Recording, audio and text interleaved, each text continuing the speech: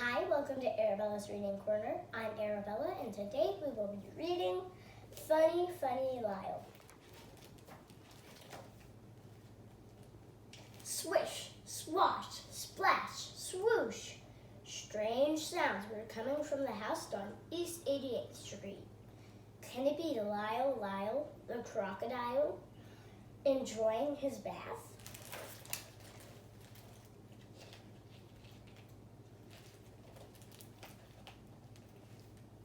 Actually not.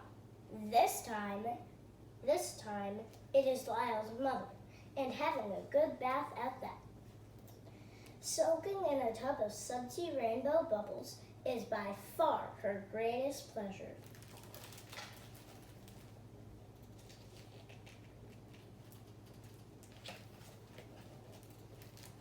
Although she has only just arrived from the land of the crocodile, Lyle's mother is already very much at home living with Mr. and Miss Prim and their son, Joshua and Lyle, especially Lyle.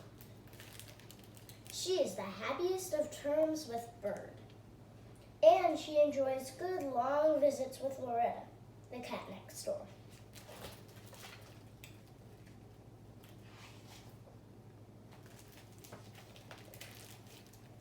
And now she even has a name, Felicity.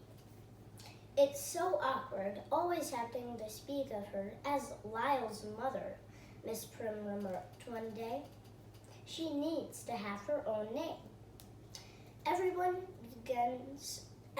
began suggesting names. Joshua suggested Tabitha, but Lyle's mother made a face when she heard Tabitha. How about Nile? Said Mr. Prim. Nile, said Miss Prim. As in Nile the crocodile, said Mr. Prim. Lyle's mother made another face, a really scornful face at that. How about Felicity? Said Miss Prim. It means happiness, and certainly she has brought only happiness to this household. Lyle's mother smiled. A big, big smile. She even did a handstand to show her approval. She likes it, everyone cried out at once. Then Felicity it must be, said Mr. Prim. And so, from that day on, Lyle's mother was called Felicity, a name of her own choosing.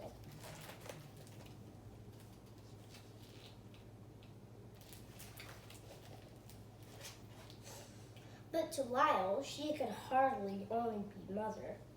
Mother. The very sound of the word filled him with joy.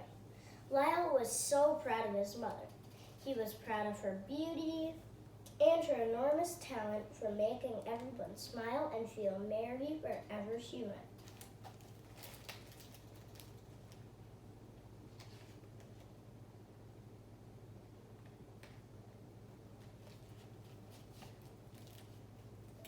Lyle especially liked the hours he spent alone with his mother when Mr. and Miss Prim were away at work and Joshua at school. Just the two of them doing chores. Lyle always washed the breakfast dishes. He rubbed and scrubbed and he dipped and he splashed. Felicity cared for the plants and arranged fresh guest towels. She always favored ones with bright, colorful flowered prints. And together they waited for Joshua to return from school so they could all play until dark. Oh, the world was a wonderful place, thought Lyle, and he couldn't think of anything he wanted changed.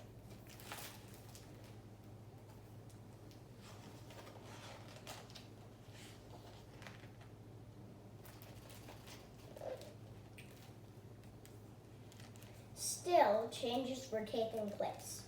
For one thing, several new locks were necessary now to safeguard the house, and a sign in the window read, "Beware of crocodiles."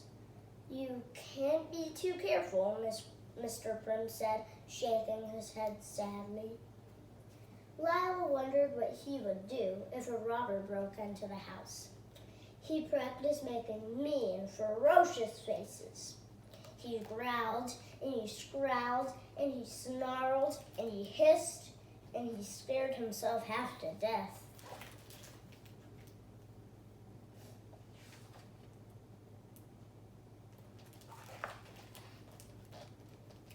But there were other, more happy changes. Felicity, Lyle, I have something most important to tell both of you, said Miss Prim one day. Everyone sat down. Miss Prim smoothed her skirt as she gathered her thoughts. Well, she began at last, what do you suppose will be happening around here? Lyle stared at Miss Prim and could not suppose whatever it was he was supposed to be supposing. Miss Prim began again. Actually, all of us, dears, we're going to have a robbery, thought Lyle, his eyes widening. A baby, said Miss Prim. Aren't you surprised? They shook their heads yes, and were indeed surprised, very surprised. Isn't it wonderful? Miss Prim exclaimed, throwing her arms around Lyle and his mother and rocking back and forth with them. Oh, Felicity and Lyle, she cried. I know you both will be so much help when the baby arrives.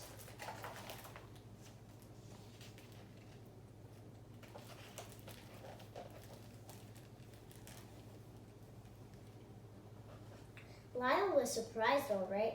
For the next several days, all he could think about was the baby. He tried to picture the Prim's baby and himself taking care of it.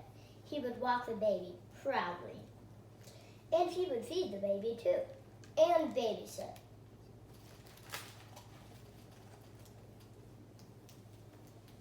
See you later, Lyle. Good night, Lyle. We won't be late.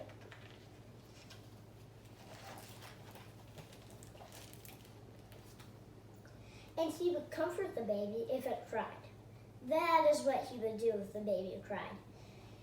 He would cradle the baby in his arms and gently rock it and coo to it and make silly faces, silly, silly crocodile faces, until the baby would laugh and be happy again. Lyle smiled just thinking about it and could hardly wait for the baby to be born. Months went by as preparations for the baby's arrival moved cheerily along. Everyone helped paint the nursery. Because he was the tallest, Lyle did the ceiling.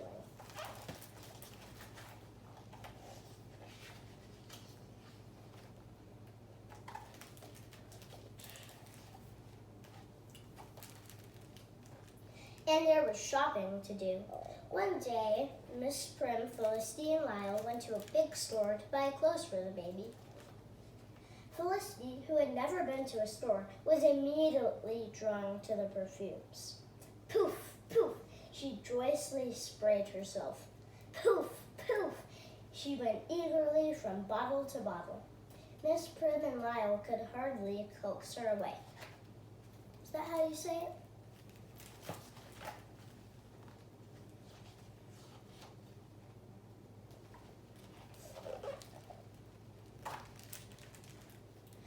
Finally, they did coax her, and they were about to leave the store when suddenly everyone was surprised to hear angry voices scream out, "Stop! Stop, thief!" And just as suddenly, they were even more surprised to see two men race up to Felicity and rip apart their shopping bag. Out tumbled bottle after bottle of perfume and cologne. "Madame," shouted one of the men, "this is stolen property. You are under arrest." "Oh, Felicity," cried Miss Prim. "That's a lot of bottles."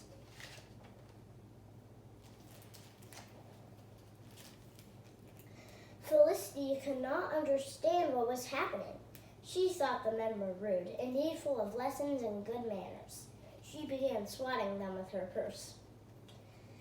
Thereupon, the men leaped on Felicity. Lyle rushed to her rescue, and everyone tossed, and tangled all over the floor. Soon after, the police arrived. Miss Prim and Lyle stood helplessly by as Felicity was hustled away.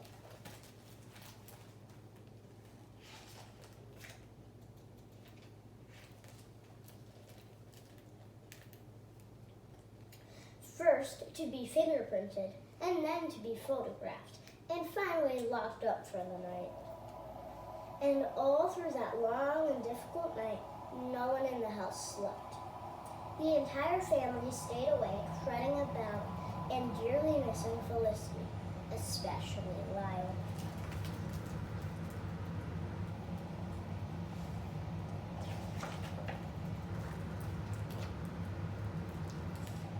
The next morning, Felicity stood before a judge. "So, Felicity," said the judge, "you have broken the law, and now you must pay for your crime." "Please, Judge," said Miss Prim, "Felicity is new to our ways. She wouldn't know about stealing." "Well," said the judge, "so that she will learn the difference between the good life and the bad, I sentence Felicity to no less than 6 months of work of her own choosing that must serve the needs of others."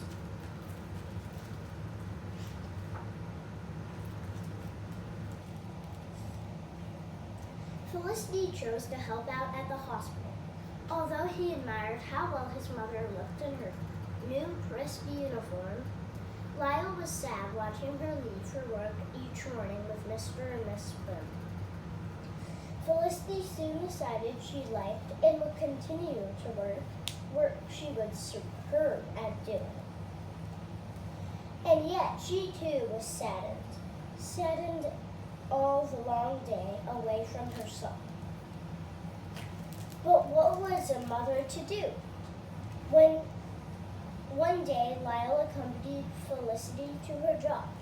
When he saw how expertly she cared for her patients, Lyle was never more proud of his mother, and he spent the rest of the day helping her.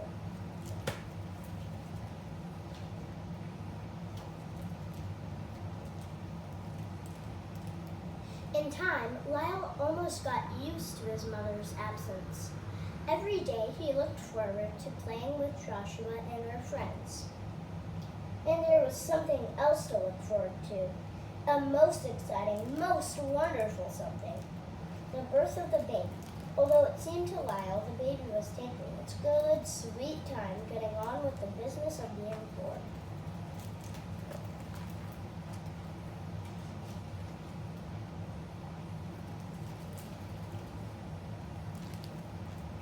One night, Lyle woke up with a start. He was certain he heard footsteps on the stairs, and suddenly he was even more certain those very same footsteps belonged to robbers. Robbers in the house! Lyle knew exactly what to do. Bravely, he put on his most ferocious face and prepared to battle the robbers. He even surprised himself, he was so brave. He huffed and he puffed, and he flung himself out the door. And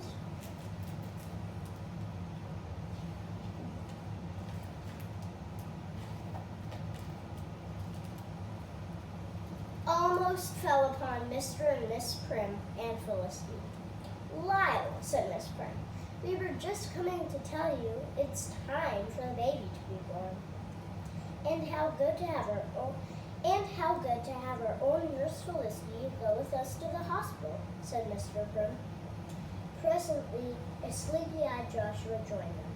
"Goodbye, dears," said Miss Prim. "See you soon after the baby arrives." Lyle watched the Prims and Felicity hail a taxi and set off for the hospital. Suddenly, he was very happy. Happy about the baby, and happy too about himself for being so brave, even if there were no robbers.